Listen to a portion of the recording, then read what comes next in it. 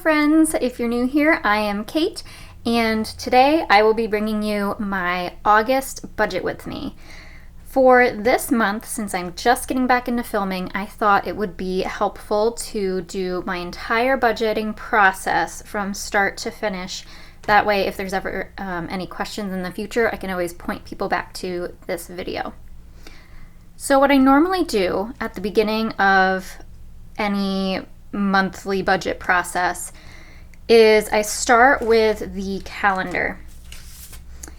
I use the calendar a lot. I'm a very visual person, so the calendar is very important for me to quickly take a glance and see what I have going on any given week. So that's generally where I start. I like to decorate my calendar. In my shop you can find a calendar or a monthly calendar kit. I'm probably going to reformat these because honestly, well, the new planners don't fit perfectly and I modify them anyway, so I think I'm going to make them a little bit more minimal. I actually cut them down. I cut off the days of the week strip and then I just leave the text as it is on the calendar. I think it looks a lot cleaner that way.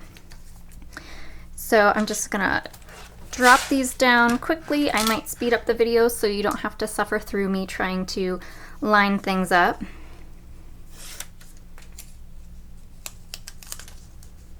And I just kind of eyeball it because there's no line to really line it up with, so I just want to make sure that these words are centered.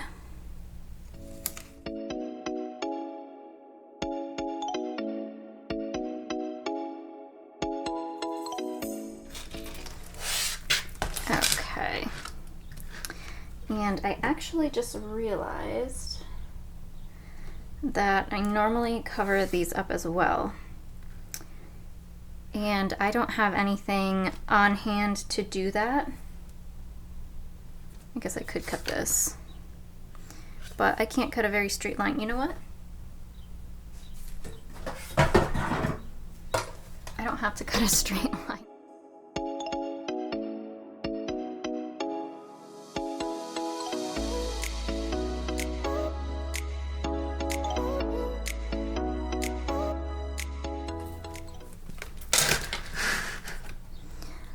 Alright, well that wasn't terribly elegant, but sometimes you gotta do what you gotta do.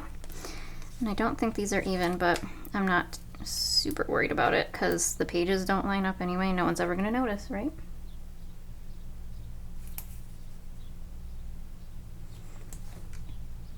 That's another thing that I need to reformat is including something to cover those up. Oh, this guy's definitely thin. Way thinner. But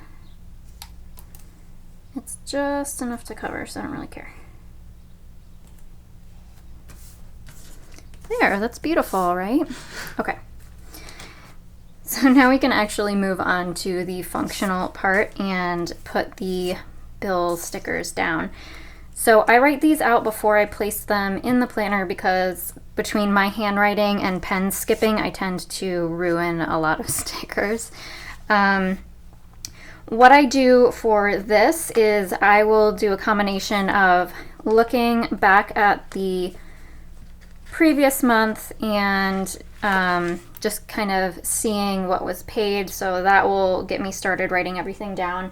And then I double check. I have a list of household bills and a list of my husband's business expenses as well, so I'll kind of check those.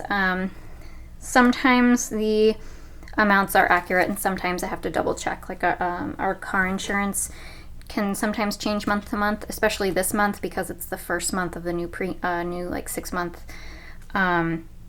coverage period, so things change. For some reason the first payment is always more. So I went ahead and wrote everything down, so I'll probably be flipping back and forth a lot just to make sure I have the dates that they come out correct, but most of them I know just offhand. I color code, by the way, so for this particular month, the household stuff is all going to be in yellow, and then my husband's business stuff will be in blue. And then what I usually use the third color for is any extra debt payments. So if I make any snowball or like snowflake payments, I will drop those in whenever I make them, just so I can go back and get an idea of what was not planned but paid towards debt. Another reason that I like to do the calendar first is because if there is a difference in the number of mortgage payments or paydays in the month because of the way that the weeks line up, that will clue me in before I go ahead and do the written budget. For this month, as an example, we pay our mortgage bi-weekly on Thursdays, and it just so happens that the first of the month is a Thursday, and that's a mortgage week, so we will have 3 mortgage payments. And then my paydays, I record them for Wednesday. I was doing Tuesday on my last calendar, so you'll see, so you will see the paydays on Tuesday here, but in reality, I get paid from Etsy on Monday. They issue the payment. It hits my business account on Tuesday, and then I transfer the money over, so it hits our personal account on Wednesdays. So what you see here for our paydays, that's not necessarily what I get paid from Etsy. It's just what I pay myself each week. So I'm going to go ahead and lay everything out, and I will be right back.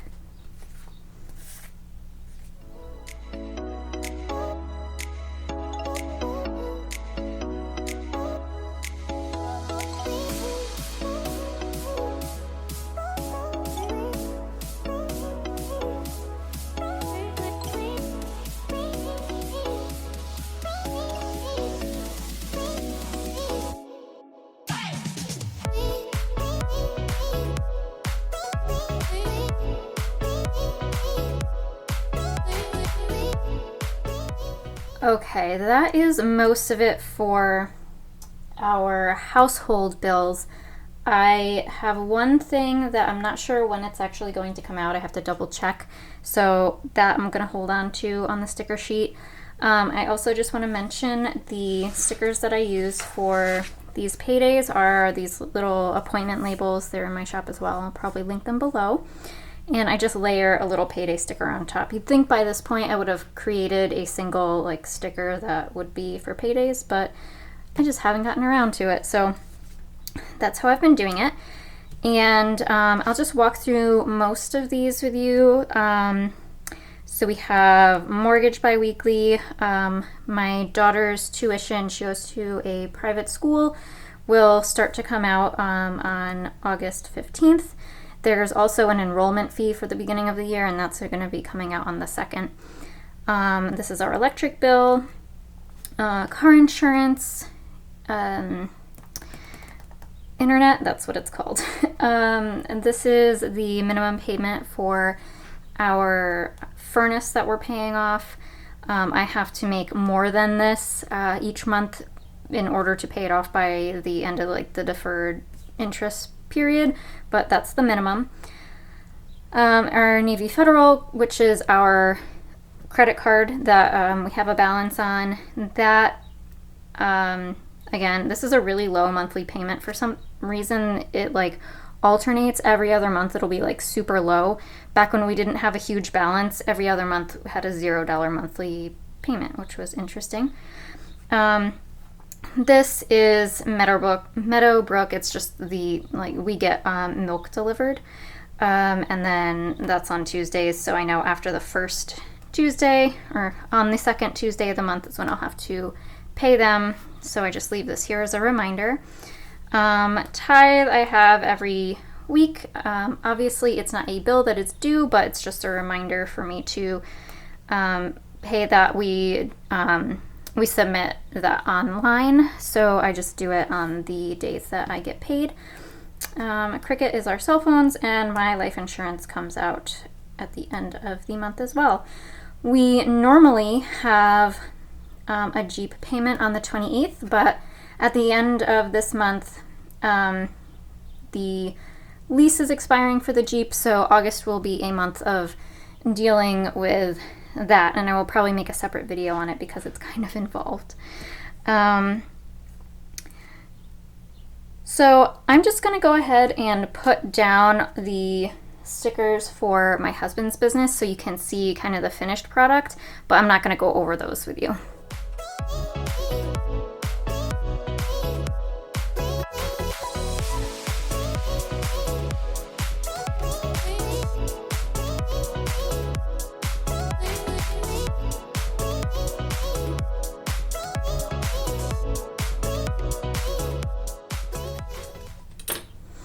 Okay, so that's all set. The one thing I do want to mention is that you'll note that I do put down a lot of stuff on Sundays, even though the money isn't going to be actually charged or come out of the account on Sunday.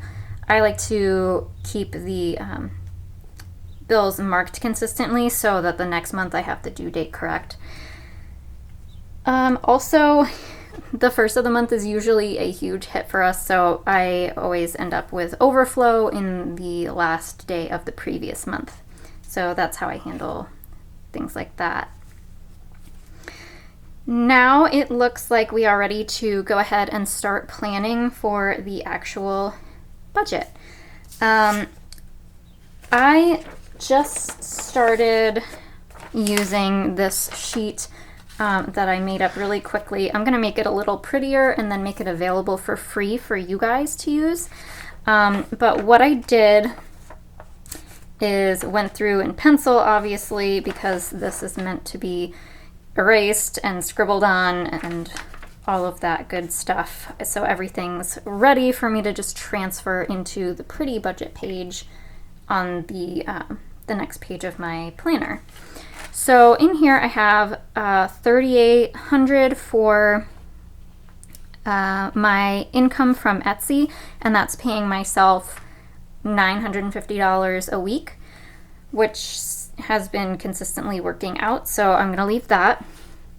For my other job, which is my previous full-time job that I now just do sort of as a subcontractor position. Sorry, the camera cut out. Basically, this is my old job turned subcontracting / freelance position, and $600 is the minimum that I'll be invoicing them for my July work. So I have $600 here as expected for that.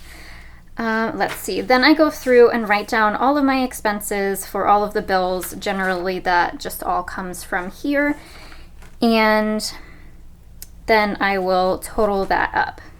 What I do next is I take my expected total income and then I subtract everything that I know I have to pay in bills, and I'm left with a remainder to work with for my variable categories. In this case, I kind of like to do two steps. I'll put down some items that I know I absolutely need, at least roughly know the certain amount that I will need to designate for these categories. And then I'll get kind of a subtotal to have an idea of what I have remaining. And then after that, whatever is left over can get divvied up further for the kind of less pressing matters. So for grocery in a household, I generally always budget about $300. We usually go over it a little bit, but I like leaving this as the goal amount because it just, if I raise the bar, I'm just going to spend more. So for home improvement and home maintenance, this can fluctuate, but I put $100 this month. We do have to start finishing the half of our upstairs that's unfinished. More about that to come, but I know that there's going to be at least a little bit of work done, so I put a little bit in that category. We're going to be doing the work ourselves, so it'll be slow and just kind of at our own pace and just buying materials, really. For gas and auto, normally I would put $200 here, but July for some reason is showing like very, very little gas expense. And it's probably just because I'm not driving my daughter into school. I like hardly ever leave the house these days, so we're not using a lot of gas. So I put $100 for that. And then for tithe, I just take 10% of the expected income. I know that we have a wedding on the 10th, so I put $50 here for a check for them as a wedding gift. Normally I would like to give a little more, but this is my husband's cousin who I've never met, so I'm not really giving them more than $50, sorry. So for my daughter, she will be getting registered for ballet and probably also tap as well. And I think it's if we go to the open house for registration, then the registration fee is waived, but I think each class has a $25 costume deposit. It might be more than that, but my daughter's grandmother, and I say it that way because it's my ex-mother-in-law, usually, like, she would be paying for at least part of this, so I think 50 is a safe amount to leave here. And then after taking all of this into account, I have a little over $1,000 remaining for some other outstanding items that will need to be taken care of this month. I have car situation, which is the end of the lease and the down payment. I do have some money set aside, but we might have to do repairs before we turn the lease in if we don't buy the leased vehicle. So I'm just putting a little bit of extra money here because either way we have to pay taxes and as much down payment as possible. So there's that. Also, we have school tax due in September, and I want to put a good amount towards the sinking fund sort of for that. So I put $500 in there. And then what's left is $38.40, and I realized that I never put down a personal category, so I just kind of tossed that in here. And that is how I work out the budget.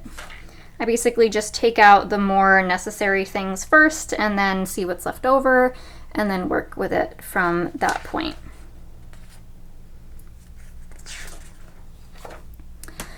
So now we get to do the fun part of laying out the budget page.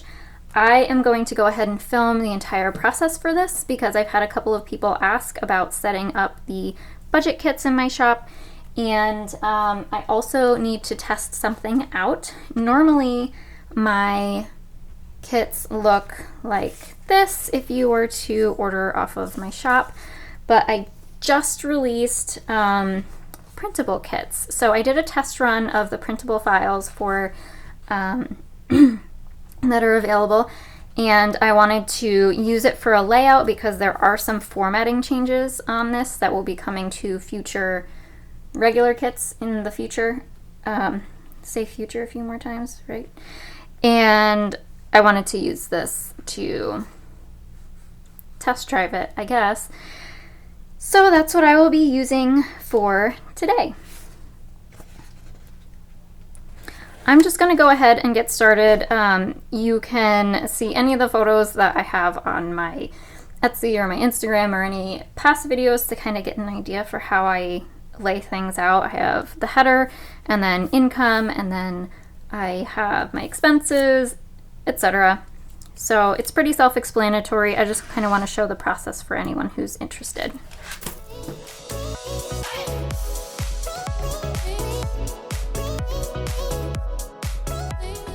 That's not too bad. Okay. I talked to, or I asked the people in my Facebook group about some feedback on some reformatting that I wanted to do. And normally the header bars are like thicker. I think they were 10 millimeters before, but I made them smaller so that they fit in just one line. Okay. And then I also changed the font because I was getting a little tired of it. And I think this one looks nice and clean. What do you think? Also, I made it full width my previous budget kits, I actually originally designed to fit in the productivity layout for the coiled notebooks, or the old deluxe monthlies that had the productivity layout. So they would fit in that like thin column that had the checklist on the side, but that's kind of irrelevant right now. I don't think like anyone uses that. So yeah, I made it full width, and there's actually a plus and minus column for the income now.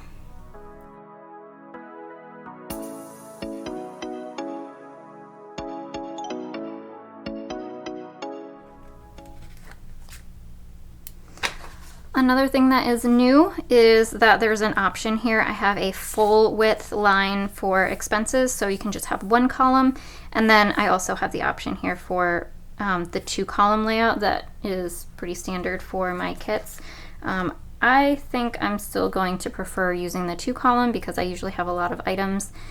So that's the one I'm going to use.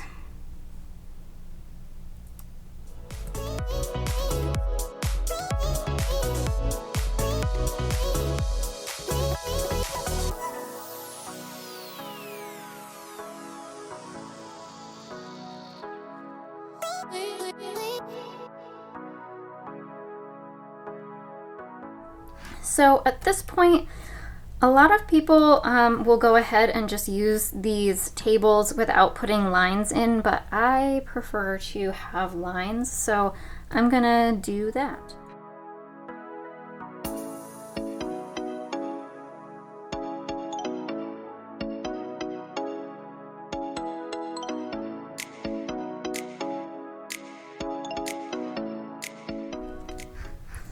Okay, now that these are laid out, I think I'm going to take a break because, number one, my child is thundering down the hallway right now. Number two, my camera keeps overheating and turning off because it is hot. And number three, I need to take a couple of photos for the printables listing. So I will see you guys in just a few minutes. All right, I am back now. And I did add a few more things. I went ahead and put in some of these other little details that I like to record.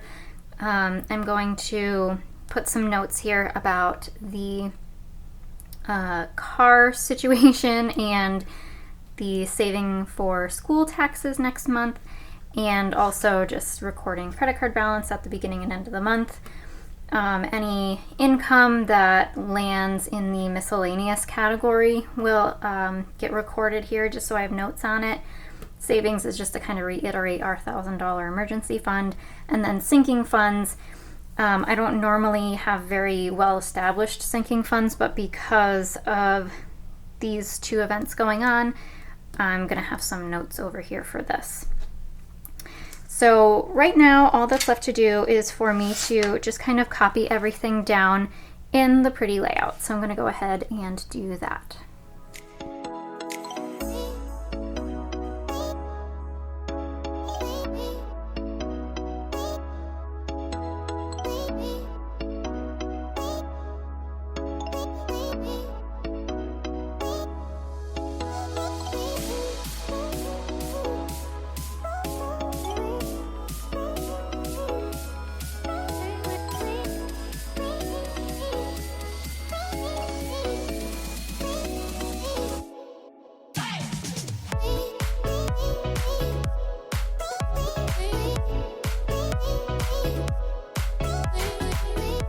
So there you have it.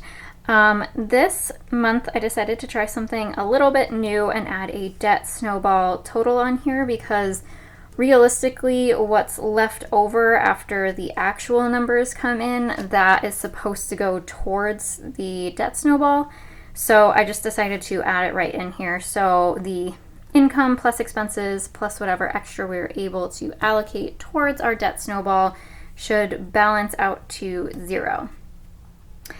I'm going to record some of this information separately. If I do a mid-month check-in, you'll be able to see the starting balances then. And I'm just going to put my notes in here off camera as well. But everything will be shared with you on the August mid-month, the August review that I will film at the beginning of September. Alright, so I really appreciate anyone who's stuck with me this long into the video. If you enjoyed this video and you are not yet subscribed, please subscribe. It means the world to me, and everyone who has been subscribed and following me for the past few months, I really appreciate you guys. If you have any questions, please feel free to leave them down below. I'm always happy to answer any questions that you have. And you can also find some links below for things that I've used and my social channels and things like that.